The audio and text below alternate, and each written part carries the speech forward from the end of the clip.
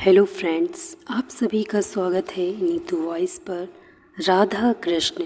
सतयुग और त्रेता युग बीतने के बाद जब द्वापर युग आया तो पृथ्वी पर झूठ, अन्याय, असत्य, अनाचार और अत्याचार होने लगे और फिर प्रतिदिन उनकी अधिकता में वृद्धि होती चली गई।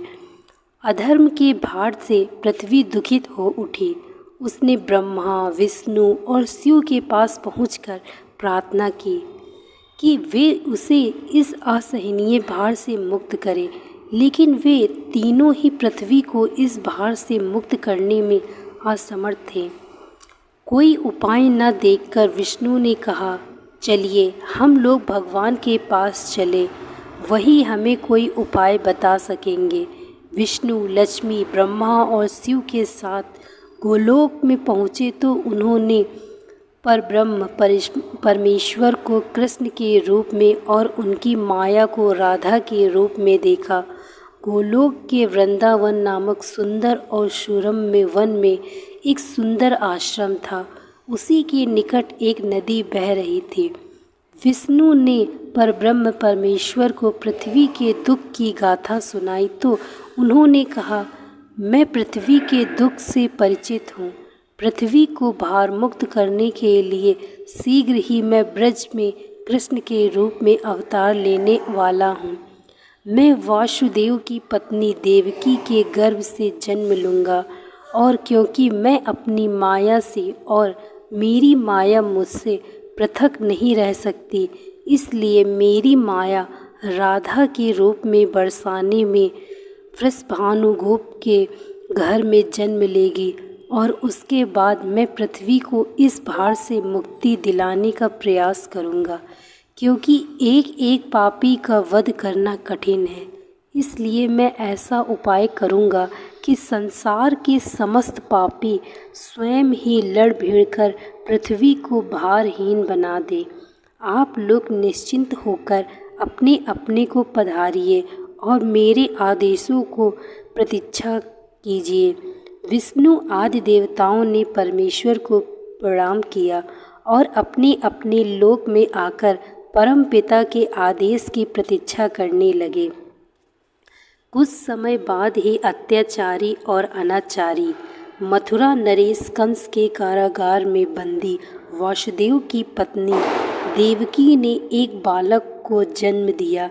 बालक के रूप में जन्म लेने से पूर्व ही भगवान ने उन्हें अपनी योजना बताते हुए आदेश दिया था कि वासुदेव जी उन्हें गोकुल में नंदगोप की पत्नी यशोदा के पास छोड़ आए और उसी समय उनके गर्भ से जन्म लेने वाली कन्या को लाकर कंस के हवाले कर दे।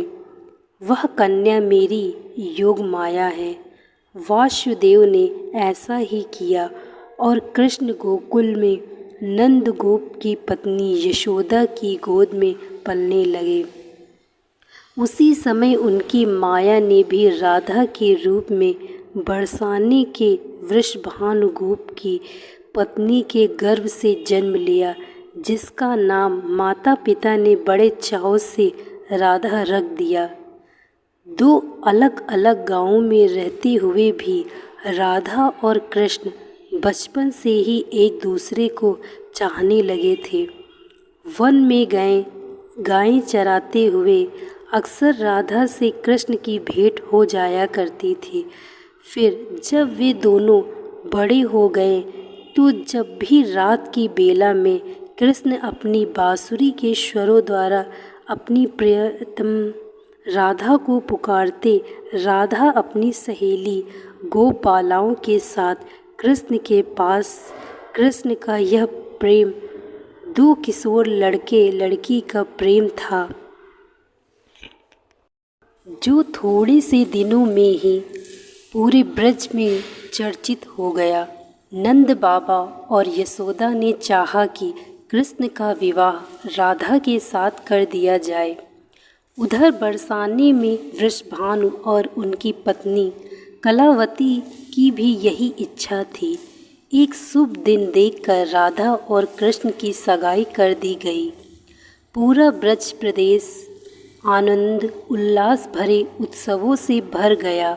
लेकिन उन दोनों का विवाह नहीं हो पाया था कि कंस के आदेश पर क्रूर कृष्ण को बुलाने के लिए मथुरा से वृंदावन पहुंच गए और अत्याचारी कंस तथा राक्षसी स्वभाव वाले उसके अनुचरों का वध करने के लिए कृष्ण को बलराम के साथ वृंदावन छोड़कर मथुरा जाना पड़ा। और मथुरा में कंस आदि का वध करने के बाद मथुरा राज्य की सुरक्षा के उत्तरदायित्व ने कृष्ण को इतना उलझा दिया कि वह चाहकर भी वृंदावन नहीं जा सके। अपने जामाता कंस के वध का बदला लेने के लिए उसके ससुर जरासंध ने अपनी विशाल सेना के साथ मथुरा को घेर लिया। लेकिन कृष्ण और बलराम ने अपने पराक्रम से जरासंध और उसकी विशाल सेना को पीठ दिखाकर भागने पर विवश कर दिया।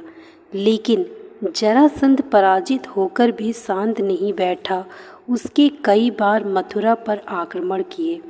मथुरा एक छोटा सा राज्य था और मथुरा नगर को सुरक्षित स्थान पर नहीं बसाया गया था। अतः कृष्ण ने मथुरा छोड़कर अन्य कहीं जाने का निश्चय कर लिया और उसी के बीच से मथुरा वासियों को सुरक्षित निकालकर हजारों पश्चिमी सागर तट पर ले गए और द्वारका नगर की स्थापना करके एक शक्तिशाली यादव राज्य स्थापित कर दिया।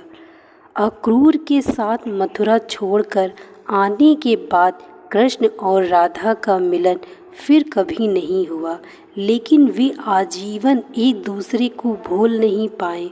वैभव संपन्न द्वारका में अनेक सुंदर पत्नियों का प्यार पाकर भी वह राधा के प्यार को नहीं भूल पाए और संसार आज भी राधा कृष्ण के प्रेम को एक आदर्श प्रेम के महान तथा अमर प्रतीक के रूप में याद करता है।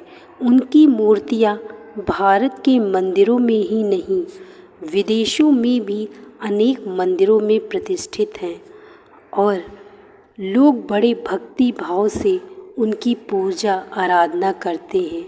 दोस्तों, मैं आशा करती हूँ कि आप राधा कृष्ण की कहानी को सुनकर बड़े ही प्रश्नचित्त हुए होंगे। तो इसी के साथ कहानी को मैं समाप्त करती हूँ और आशा करती हूँ कि आप हमारे चैनल को बिना सब्सक्राइब किए नहीं जाएंगे। Thank you so much watching this video.